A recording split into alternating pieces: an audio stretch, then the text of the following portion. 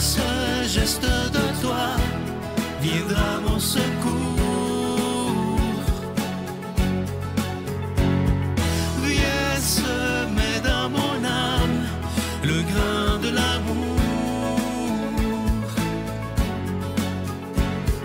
Je traverse un désert et je meurs de soif.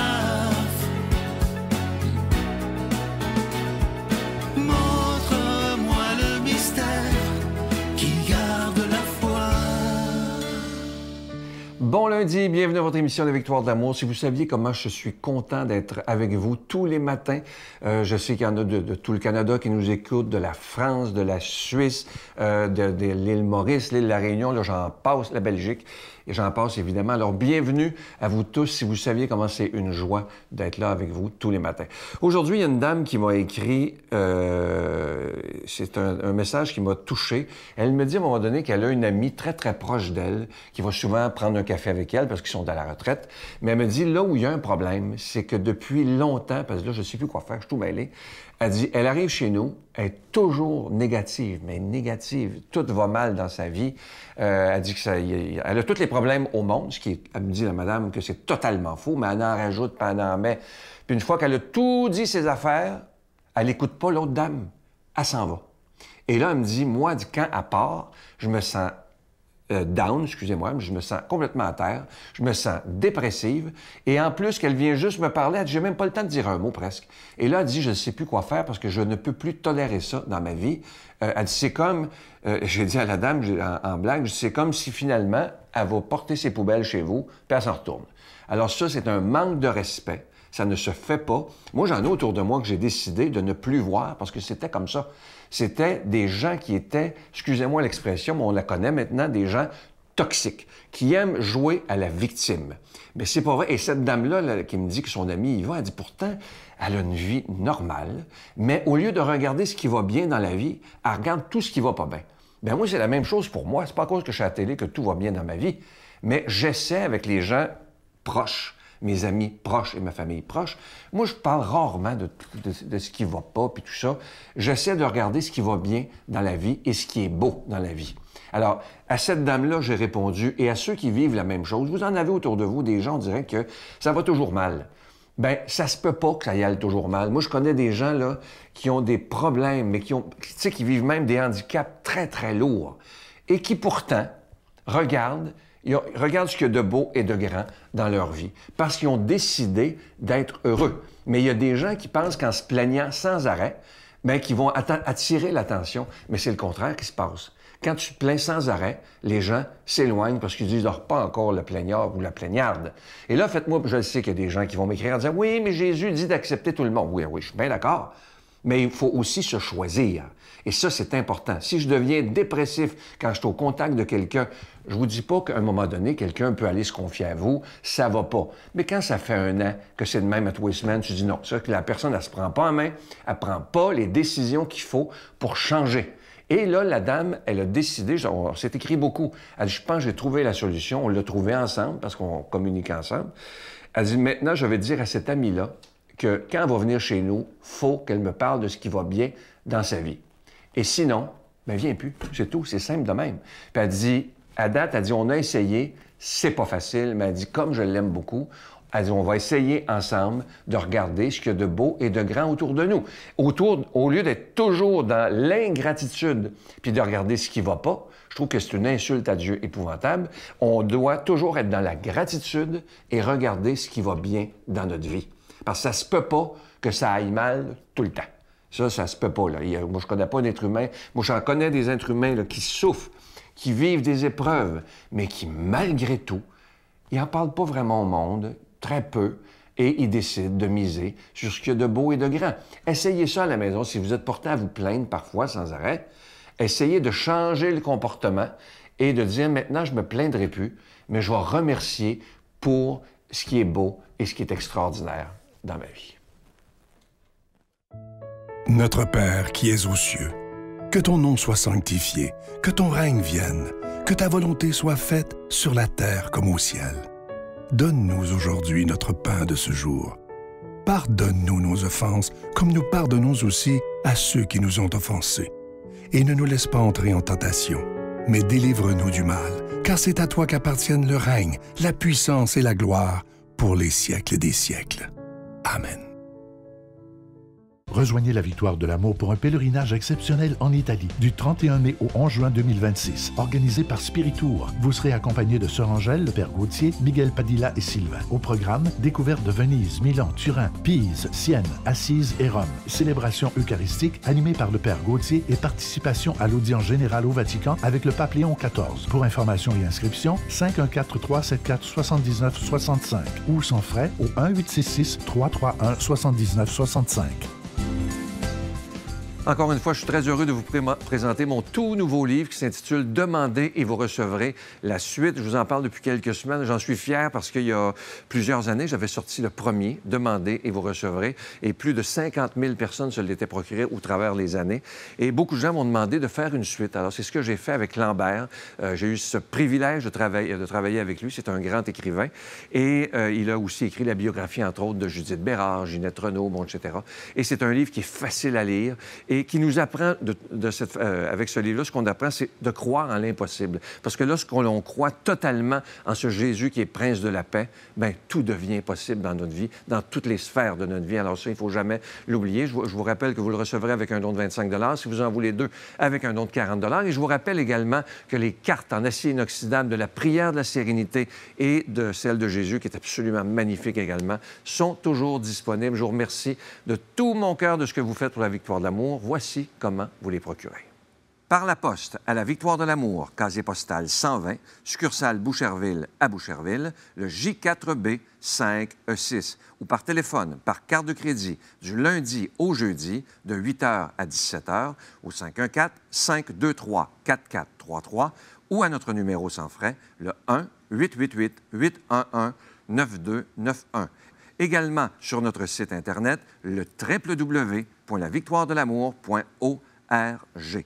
Avec votre don, vous recevrez aussi un reçu pour fin d'impôt. Merci de donner des mains à la Providence. Merci d'investir dans votre foi.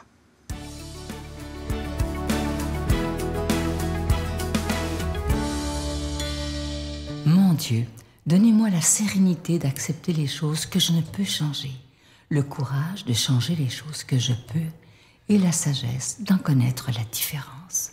Amen. Aujourd'hui, l'homélie est faite par quelqu'un qu'on apprécie beaucoup, Samuel.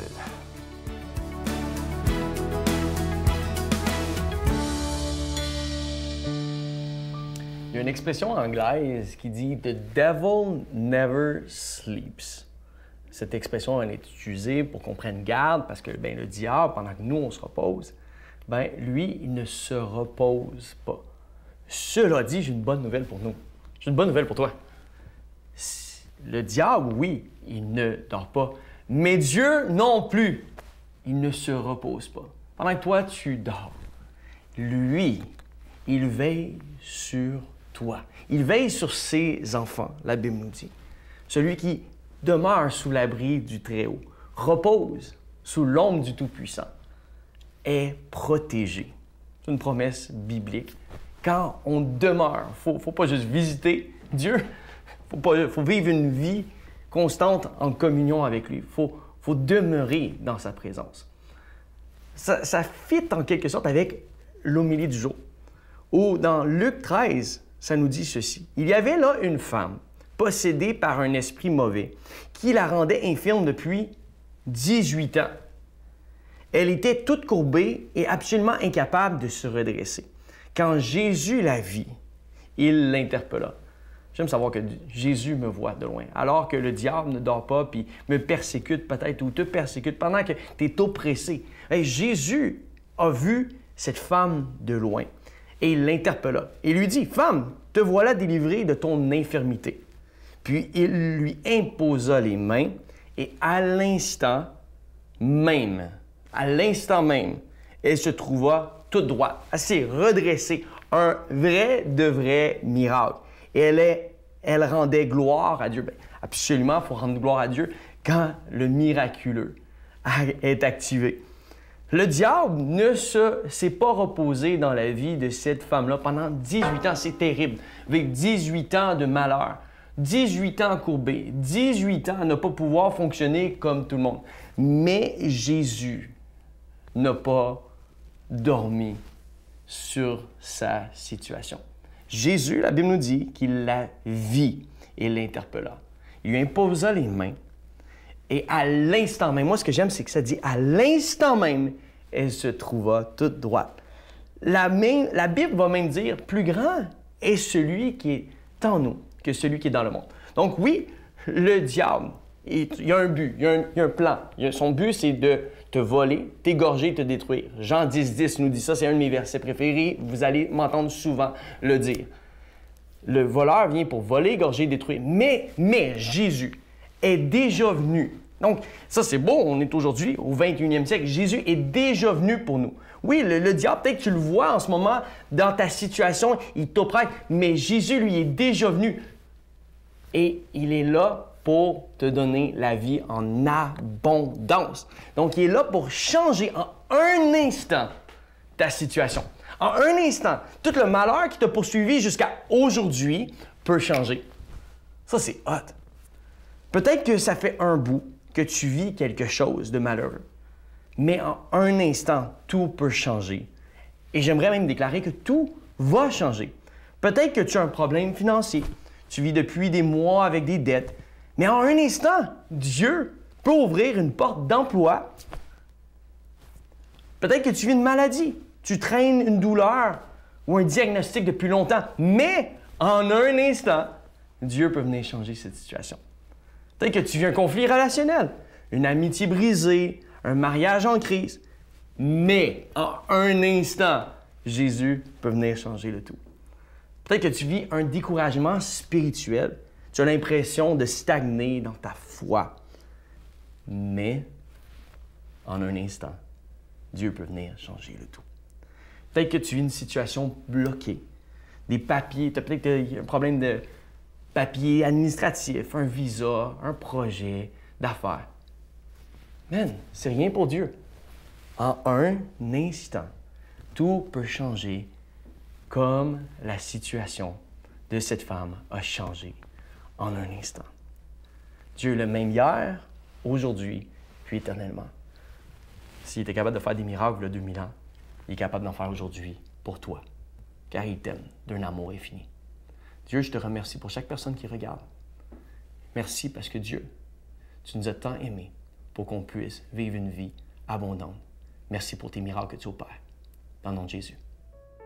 Je vous salue Marie, pleine de grâce. Le Seigneur est avec vous. Vous êtes bénie entre toutes les femmes, et Jésus, le fruit de vos entrailles, est béni. Sainte Marie, Mère de Dieu, priez pour nous pécheurs, maintenant et à l'heure de notre mort. Amen.